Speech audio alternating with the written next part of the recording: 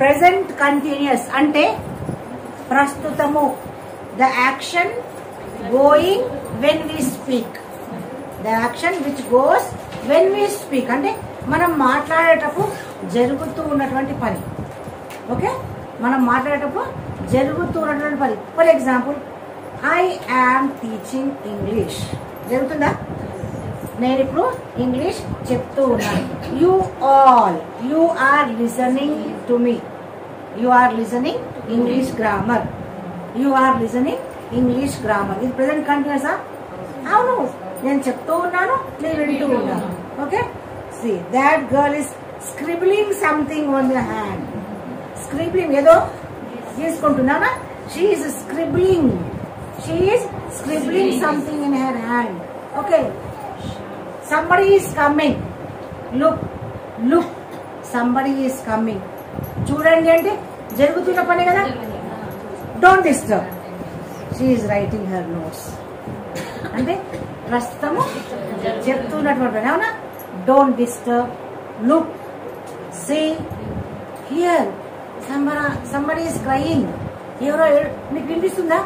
ఎవరో ఏడుస్తున్నారు అంటే that is also present continuous. You understand of you? ప్రస్తుతము జరుగుతూ ఉన్నటువంటి పని అంటే కంటిన్యూషన్. ప్రెసెంట్ కంటిన్యూస్ అనొచ్చు, దాన్ని ప్రెసెంట్ ప్రోగ్రెసివ్ అనొచ్చు. ప్రెసెంట్ కంటిన్యూస్ అనొచ్చు, ప్రెసెంట్ ప్రోగ్రెసివ్ అనొచ్చు. దీనికి ఫార్ములా ఎలా ఉంటుందంటే subject plus is, am, are plus object. Okay, subject plus is, am, are plus object. మరి ఈ మీ అందరం చేసే పక్కా ఐకి యామే వస్తుంది. Thank you. So, all of you know that am is used only with I. Okay? This is ante inka. Am is used with I. And when we use this is, all the third person singular. All the third person singular. She, it, singular, name or singular noun. Okay? Is used. Okay? Plus object. For example, he is reading. She is reading. It is it అంటే వస్తువు. అవునా? It ఎప్పుడైనా వస్తువుతో use అవుతుంది. ఏదైనా పక్షి, animal. We use it only with thing and animal. Do you understand? We use it with only thing and animal. We won't use it for human being. It is grazing అంటే అది మేస్తుంది. It is eating or it is walking. It is sitting there under the tree. ఇట్లా అవునా? It is there కానీ అది it is there అనేది present situation. Walking, drinking the water. Ing form రావాలి ఇక్కడ. ఓకేనా? దెన్ ప్లస్ V5 అంటే VING form plus object. Okay, she is reading. V4 రాయించిందా? V4 అసలు V5 అది మనం ఎలా రాయిస్తే అలా. ఓకేనా? అది V5 కావచ్చు, V4 కావచ్చు. మనం రాయించిన దాన్ని బట్టి V1, V2, V3 present tense, past tense, past participle. V4 అంటే టీచర్ ఇచ్చిన దాన్ని బట్టి అది ఎస్ జోడించిందా లేకపోతే ఐఎన్జి జోడించిందా. వర్బ్ కి ఎస్ జోడించిందా ఐఎన్జి. ఒకవేళ V4 లో ఐఎన్జి జోడిస్తే V4, V5 లో వర్బ్ కి ఎస్ ఈఎస్ ఐఎస్ జోడించాలి. ఓకేనా? So subject plus is, am, are plus compulsory present continuous లో, ప్రెసెంట్ ప్రోగ్రెసివ్ లో కంపల్సరీ ఈజ్, యామ్, ఆర్ తో ఇంగ్ ఫామ్ ఉంటుంది. ప్రెసెంట్ టెన్స్ లోనేమో V1 ఉంది. నిన్ననేమో మనం subject plus V1 plus object. ఈ రోజు subject plus helping verbs. All these are helping verbs. This is main verb. All these are helping verb and this is main verb. You understand me? Here this is helping verb. This is main verb. So he is reading a book. She is reading a book. It is sitting under a tree. It is sitting under a tree. It is drinking water. Whatever it may be. Here any name, Radha, Rani, Shobha, Venu, Gopi, Divyashi, whatever it may be, is reading a book. Whatever it may be. Then when do we use are? All the plural forms. You, we, they all the plural nouns. All the plural nouns. They are writing notes. You are writing notes. నేను ఇప్పుడు ఇది చెప్పగానే you will start writing. Okay? రాస్తూ ఉన్నారు అంటే you are writing notes. They are writing notes. Okay? We are writing notes. Any name, plural name. Students are writing. Children are writing. Mothers are writing. All the plural names. Plural noun, plural name, plural subject. Everything is okay. Okay? This is subject. This is beginning of the sentence is known as subject. Beginning of the sentence. Whatever it may be, ఒక sentence లో starting దాన్ని మనం subject అంటాం. అక్కడ మీకు ప్రొనౌనే ఉండొచ్చు, లేకపోతే నౌనే ఉండొచ్చు. ఏదైనా సరే beginning of the sentence is known as subject. Do you understand me? So now here, you are writing notes, we are writing notes, they are writing notes. Any plural. Students are writing notes, mothers are writing notes, teachers are writing notes, whatever it may be. Then this is positive. Is it positive? Yes. Now change it into negative. How will you change it to negative? When you write into negative, this is positive. Then when we write into negative, what happens?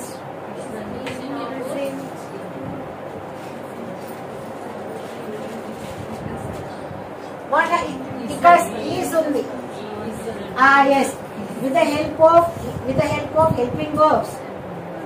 ఈ verb లో helping verb ఉంటుంది కాబట్టి it is very easy for you to change the negative, interrogative, negative. So now change it into negative. Is she? No.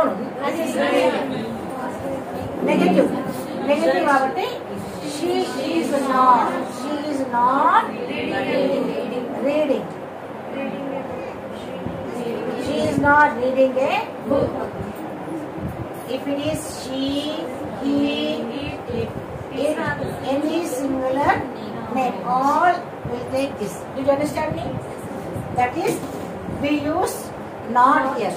Ante subject plus is, yes, is, am, are plus not plus inform plus object అన్న రావచ్చు, అక్కడ verb complement అన్న రావచ్చు, subject complement అన్న రావచ్చు. ఓకేనా? This is the thing.